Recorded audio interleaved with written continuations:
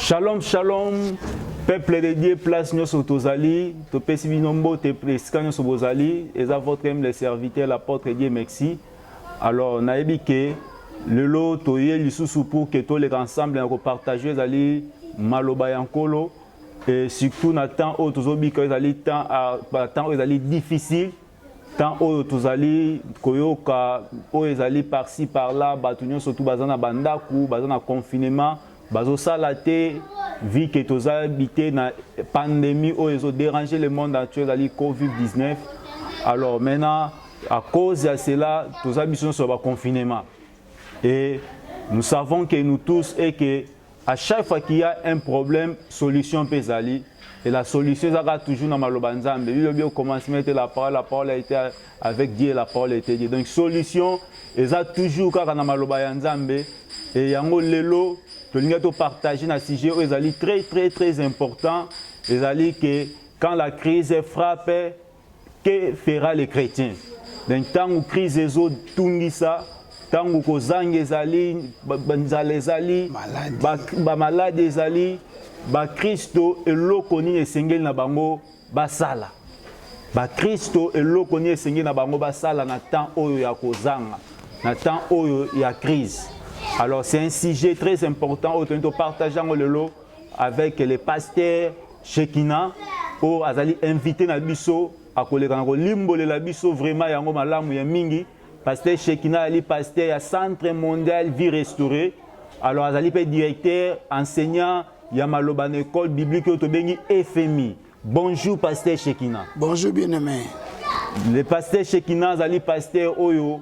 À chaque fois qu'il y a une mission, il y a vraiment béni place nous allons et toyo kakaba appel ya batko benga ko lobela biso pour des missions et salamaka et nous savons que Nzambe vraiment utilisé puissamment pour nourrir biso maloba ya malamu ya kolo Yesu Christo.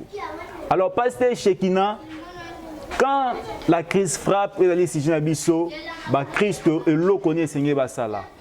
Pasteur Shekina, et l'okoni ni bolobi pour la crise où tout monde actuellement. Bolobi ni Pasteur Shekina. Bon, en fait, la Bible n'a jamais manqué un discours. La Bible n'a jamais manqué un discours. La Bible est en l'ilobate. Seulement, il n'y a rien de nouveau sous le soleil. Ce que nous vivons a été avant nous. Nous ne vivons que la répétition de choses. Alors, parce que la Bible en a parlé, et totali makambo, et tout que la Bible a une réponse. Moi, je crois que la Bible est pessimistique sur la crise. Au Tozobika, dans le passage, il y a Matthieu chapitre 6, 25 à 33. Ce passage que nous aurons à lire ici. Et ce passage-là nous dit comment nous devons nous comporter. Biso bana nzambe parce que na kati to fongola même comment les païens se comportent et comment nous devons nous comporter. Quelles sont les choses qui doivent nous accompagner? La Bible a un discours. Donc je dis apôtre, un Bible est un discours. Yango toye kolobela tant to évoluer na panza na bozindo ce discours là. Toloyo ki biso nyo so pasteur Shekina. Alors pasteur Shekina tolingi toyeba oezali crise économique ezali nini?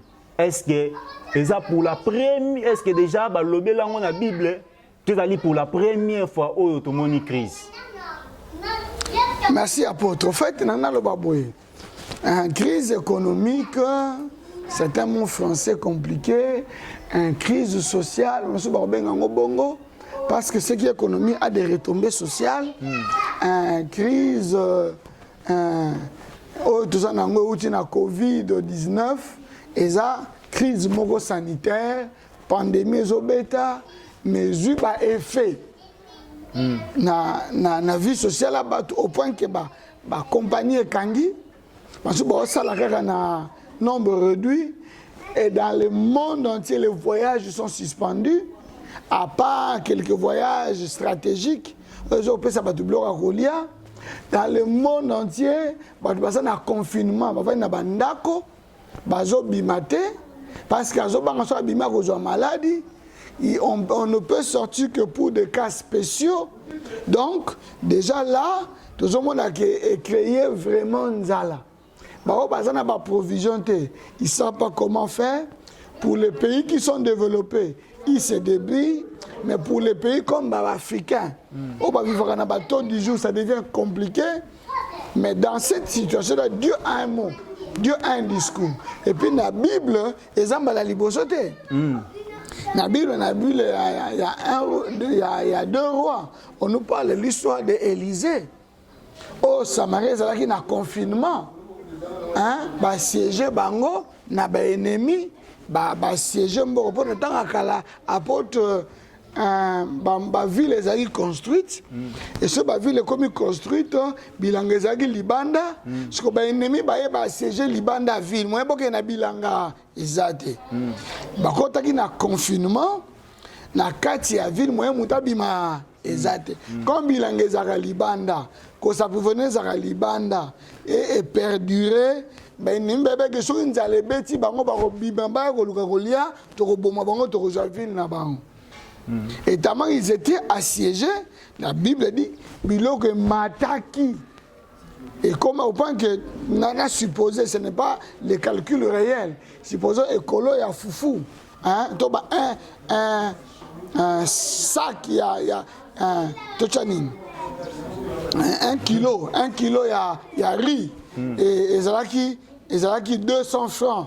ezalaki $1 et comme maman $20 1 kilo il y a riz et c'était devenu compliqué et bilobi na biso na crise wana batu babandi koliana wow une fois ma biso moninga tolia mwana ole lobi to kolia ngapa kimisi mwana ça montre que la crise était tellement grave dans la Bible mais Dieu a fait des choses extraordinaires. Il y a une crise où nous avons fait quelque chose d'extraordinaire. À part il y a une crise, il y a Élie. Où à Sakola qui mboule bétate pendant 3 ans et demi. La famine était immense. Mais Dieu faisait nourrir Élie na corbeau. Tant que ma ekauki corbeau biloko silaki te zaika kebele. Ma ekauki nzamba tindi. Qui mourait de faim, mais qui implorait la grâce de Dieu. Donc, la crise n'est pas, il y a l'Iboso, et Zala déjà, mais dans chaque crise de la Bible, il y a eu l'intervention de Dieu. Et je suis en train de dire aux gens, qui me suit maintenant, dans cette crise qui vient, Dieu va intervenir. En un mot, je dirais, cette crise est Zali, et ça occasion de se manifester. Amen. Donc, Zala sûr. Que Nathan Oyo, Dieu va se manifester et pas Oba qui me panay.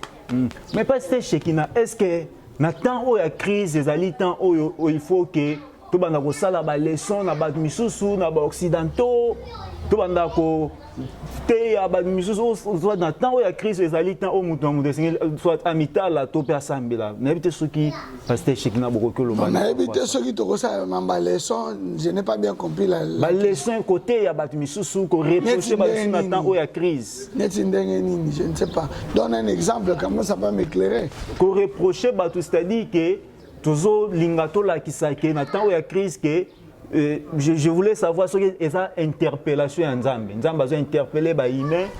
Alors bon, en fait, ce que je dirais, c'est que la crise et la Covid, comme on a une émission passée, c'est une action directe de Dieu. Ok. Nzambe ne moto aza source ya maladie yo pour battre balekisi borne ya lisumu alingi a punir l'humanité o ba komi na excès pour tout le monde lelo neti na Italie il y a même l'église catholique où il y avait des bénédictions ya ba homosexuels ozonaka d'église ba pamboli ba homosexuels et une église de Jésus donc scandale wana eza grave ya nzambe facilika et na osilika to une crise. Si c'est Dieu qui peut nous faire des leçons. S'il passe par un homme, c'est pas grave.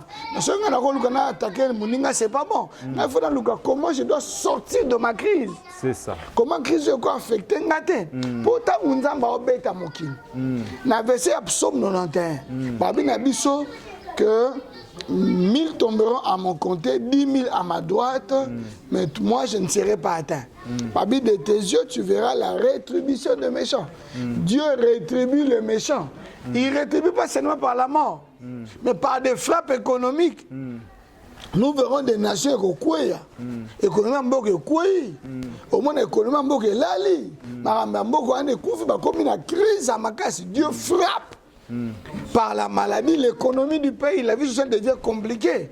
Donc voilà ce que Dieu peut faire. Mais moi je crois que surtout ça, il y a passion, il faut que nous pour ngai nabima.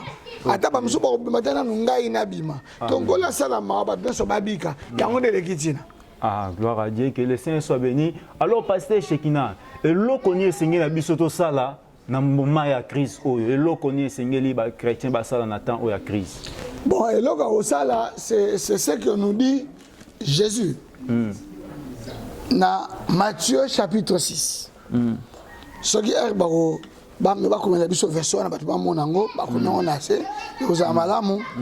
Matthieu chapitre 6. Balobi, ne vous inquiétez pas pour votre vie, de ce que vous mangerez, ni pour votre corps, de ce que vous serez vêtu. La vie n'est-elle pas plus importante que la nourriture, et le corps plus que le vêtement? Regardez les oiseaux du ciel. Ils ne sèment ni ne moissonnent, et ils ne recueillent en des greniers. Mais votre Père Céleste les nourrit. Ne valez-vous pas plus qu'eux? Qui d'entre vous, par ces inquiétudes, a ajouté une seule coudée à la longueur de sa vie? Et bien, quand on vêtement, ma fleur, si Dieu peut habiller la fleur, on a sauté, 31. Ne vous inquiétez-il pas? Ne vous inquiétez donc pas en disant: que allons-nous manger? De quoi serons-nous vêtus? Ces choses-là, ce sont les païens qui le recherchent. Et or, votre Père sait que vous en avez besoin. Cherchez d'abord le royaume des cieux. Amen. Et la justice de Dieu. Et tout le reste vous sera donné par-dessus. Ne vous inquiétez pas de lendemain, car le lendemain prendra soin de lui-même. Voilà. À chaque jour suffit sa peine. Donc, dans ce verset, Jésus est clair. Il dit, quand il y a la crise, les chrétiens, ne t'inquiète pas. Parce que, c'est impossible. C'est impossible, Jésus ne peut pas nous demander des choses impossibles. Il nous demande des choses faisables.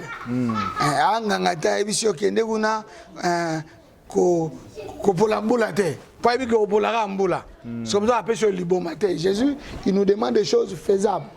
Donc, Jésus dit Tomi tungisa mate, apesi biso raison. Abi nani kati na bino na komi tungisama abagisa ata coudé c'est une mesure d'un demi-mètre. Si on compare ma mesure à l'autre, demi-mètre. Donc ça durée à vie à demi-mètre. Mais comme elle a même tami tungisama. Donc ezamabe komi tungisama te comme linga. Jésus interdit. Pour ebabi nani awabi est-ce que ebotaka nini?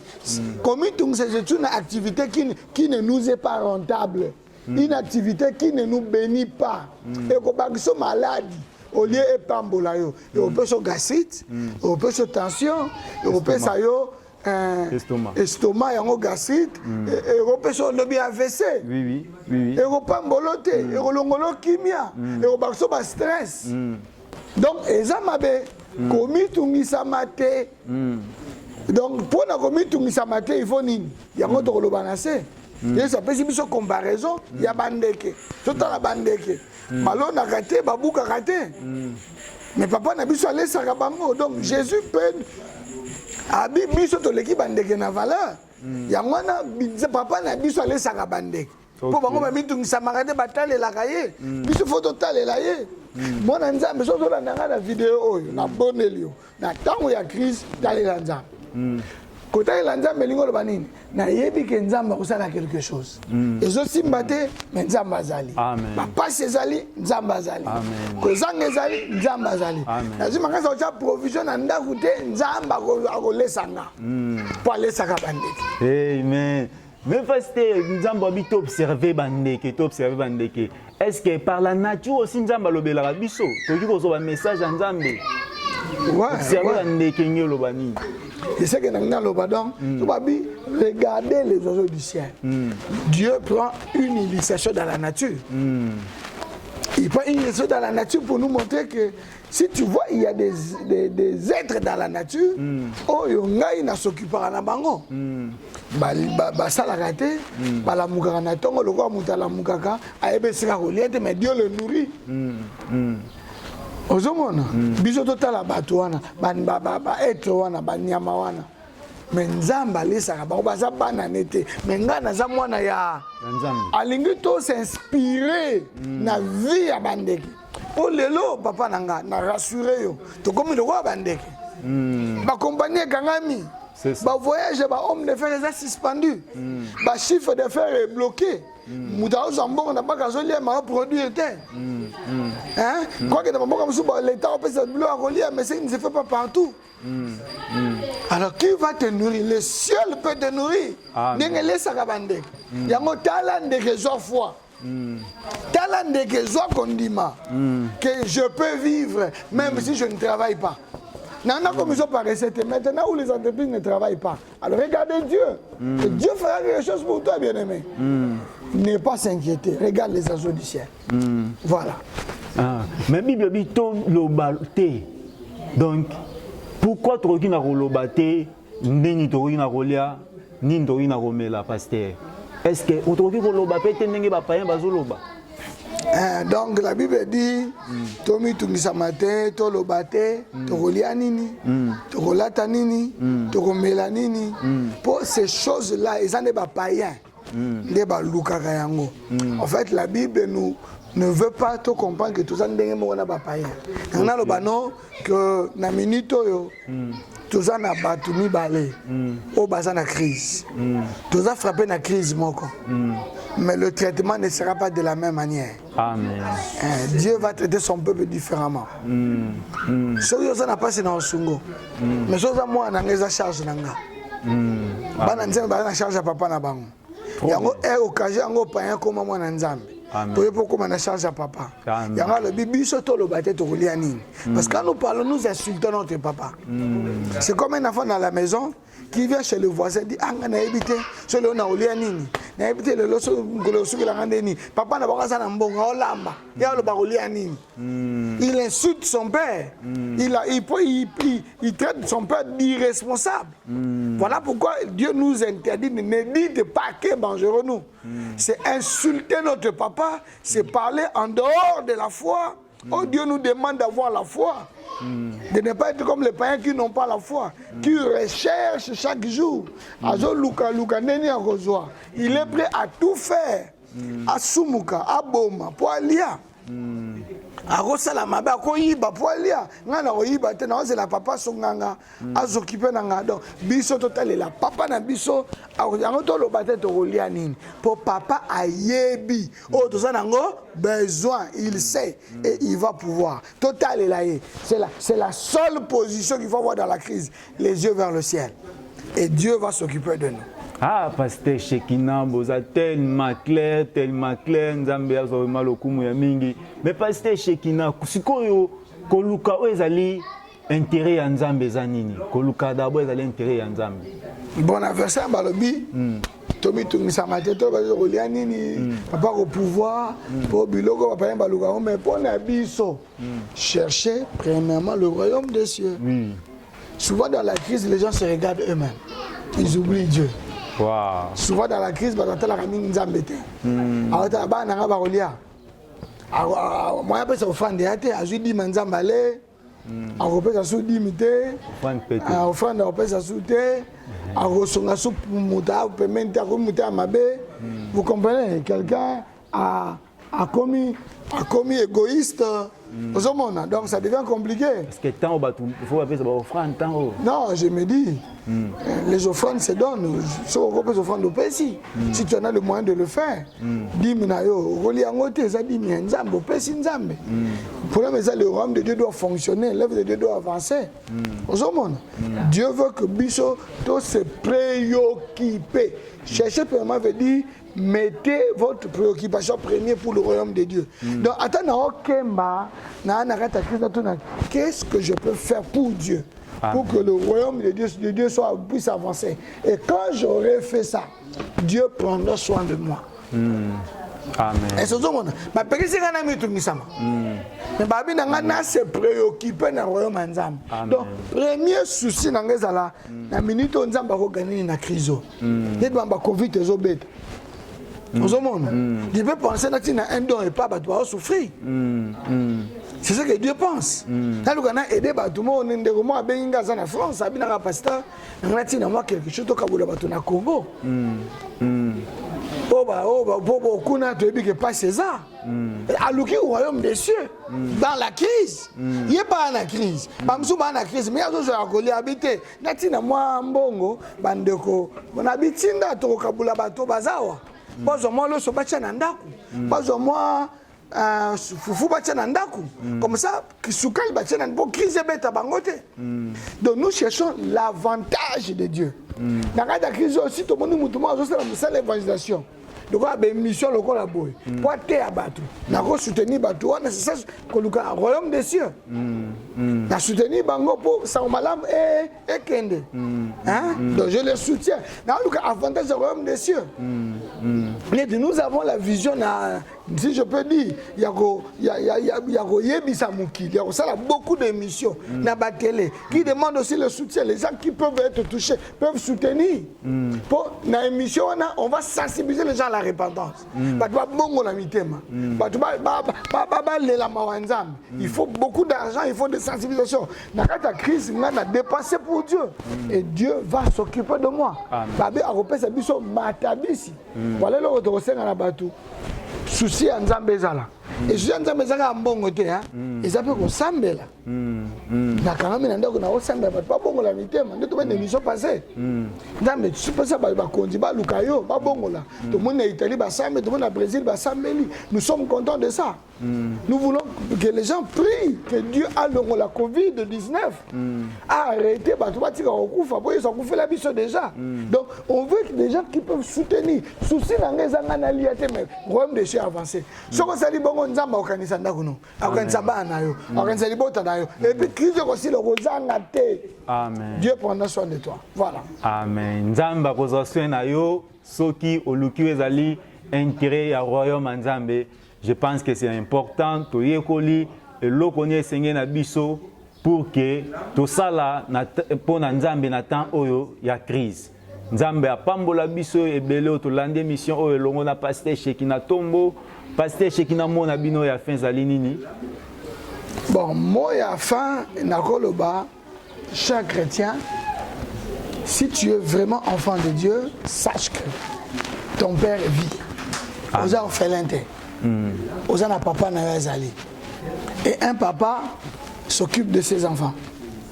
Dans les crises comme il y a biso yo, papa na biso, faut que je charge na biso. Talela. So moni siko qui mette qui me pana. Talela ye a s'occuper na yo. Na bonde lio talela nzam. Et tant que talela ye, Dieu fera un miracle pour toi. Rappelons que Élie, baleza na kobo. Tant maïka kobo bilo silate na bako ne bandeli. Akoli pa ba sarepta. Ba kufa nzala te, farine silagite ou il silagite. Dieu va opérer des miracles dans ta vie. Tu ressembles là à ça, un miracle. À pouvoir dans la vie. Mais l'on la souci, l'on la panique, l'on l'inquiétude. Et Dieu va s'occuper de toi. Si on a une question opposée, on a un numéro en bas de l'écran, on pose une question, tu as prière, on peut s'habiller, tu ressembles là. Et Dieu va s'occuper de toi. Que Dieu te bénisse. Zamba pambola so passer na to sambela pona bandeko balandi mission pour que le Seigneur asala bango bolam abiki saba ba malade Et puis Oyo, Azan pour ça, Yambaïs, nous allons aussi prier pour lui. Merci. Nanga sambela na yo. Premièrement, nanga bon de la. Fuso muta ya minga moniki azana pour ça pas ko ba accès na provision nzambe. Wana sala nanga prière oyo, oko mama na nzambe. Eza maloba oto lobaka, eza maloba moko ya récitation te, un engagement guidé, oto ça na yo, so répéter prière o nzamba simbio, yeso continue bomo ina yo. Au côté de l'alliance à provision à Nzambe, la crise, il faut souffrir, Dieu prend soin de toi. Mais la décision, il faut dire Yesu et puis boya masum. C'est la seule condition. Yango sambela nanga et puis non sambela bona batunyos. Le bas simanga, le bas Seigneur Jésus. Seigneur Jésus. Le bangai tombo shekina chakombo. Ai Dieu merci ndo Paul. Na sengi olimbisanga. Na sengi olimbisanga. Pona marche nanga na mokili. Pona marche nanga na mokili. Na tamboli na lolenge nanga. Na tamboli na lolenge nanga. Sans tenir compte na yo. Sans tenir compte na yo. Lelo na komi na posa. Lelo na komi na posa. Na koma mwana na yo. Na koma mwana. Yango limbisanga. Yango limbisanga. Petolanga. Petolanga. Na fungoli motema nanga. Na fungoli motema nanga. Pona yo. Pona yo. Zala mobiki sinanga. Zala mobiki sinanga. Pe mokonzi abomo inanga. Na lingi bandalelo. Na lingi bandalelo. Na koma na charge na yo. Na koma na charge na. Seigneur. Seigneur. Na tiki ko vivre pona nga. Na tiki ko vivre pona nga. Na lingi na vivre pona. Na lingi na vivre pona. Merci pona liwa Yesu. Merci pona liwa Yesu. Oye pesinga bomo. Oye pesinga bomo. Na kombo na Yesu Christ. Merci pour la prière de cette génération. Je me rassure que yo poko mi mwana nzambe. Na lingi to sa prière pona biso nyoso. Pour nzamba fongola lola. Asopa mapamboli esiko zali na lingo simba motema na yo ndenga na simbianga abiso pe na période to simbi motema na biso tia le boko moko na motema na yo et je vais prier pour toi. Je prie Seigneur ezana bandeko ba obela kanenga obela Covid à la ni vidéo obikisai au nom de Jésus de Nazareth. Crise à Covid o ebendi pe à part malade et béni pauvreté, crise financière, crise sociale. Papa, oh azozanga kolia, kaka nenga si motema abika loboko na yo. Lola efunga mapona ye. Na kombo na Yesu abika miracle. Miracle financier, miracle matériel. Papa, soki azana ma provision muke, eza impossible te farine na ye si la terre. Loso na ye wane si la terre, abika miracle na yo. Visitez. Na lingi o no sa longo na inquiétude yo sale grâce à mon aloboko na yo o akanga me ngeti dans azala délivrer au nom de Jésus. Amen. Prends soin de ton église, de tes enfants, de tes serviteurs. Na kombo na Yesu de to bondeli. Amen. Amen. Que Dieu Amen. te bénisse. Que Dieu te bénisse. Benga biso penza mo salomala. Benga biso nzamba salomala. Merci bande balande mission biso réforme et réveil. Oyo tolobeli na tango crise zo frappé ba chrétien lo koni tenelo sala lo esinga soko sala ezali to sekete to loba loko misusu te to taila nzambe pona to se dépendre na ye donc to na confiance na ye et ensuite to luka ezali royaume nzambe nzamba pambola biso tozali. Merci beaucoup à pasteur Shekina d'avoir répondu à notre émission. Parce que nata mbote mbote bon na pamboli na pesi merci na papa nanga molimo docteur Emmanuel Kama. C'est mon père qui m'a encadré. Je suis le produit de sa formation. Je le bénis parce que c'est grâce à lui que j'ai cette appréhension biblique. Il est le directeur international de l'EFMI dont je représente ici au Congo. Na Kisasa, donc je suis le directeur. Na Kisasa, na pesi Mbote, na pesi Maman Rachel Mbote, na pesi pe leki nanga Eden Mbote, na pesi mwasi nanga Mbote Mama Nana, na ba nanga nyoso, tozana Eden, tozana Faveur, tozana Brillance, tozana Triomphe. Que Dieu le bénisse. Baboti nanga, que Dieu vous bénisse aussi. Maman Christine, Papa Pierre, bandeko nanga basi mibali. Je vous bénis aussi. Sur la vidéo, je vais vous pambolo et ça va bandini à vie restaurée. Que Dieu vous bénisse, Nanga Molimo. Que Dieu vous bénisse, Bino Nyonso. Vous êtes tellement ébélés à Kanisi Bino que Dieu pense à vous. Et Nabi en temps de crise, Oyo, Nzambe vous a décidé. Que tous ceux qui nous soutiennent, Zamba Pambolayo, Maman Lucienne la France, que Dieu te bénisse, toi qui soutiens ce ministère, que Dieu te bénisse, qu'il te bénisse abondamment au nom de Jésus. Nzamba pambola biso so bisika tozali akanisela moko na moko par ici to clôturer l'émission biso ya lelo Au revoir, bonne journée chez vous dans vos maisons.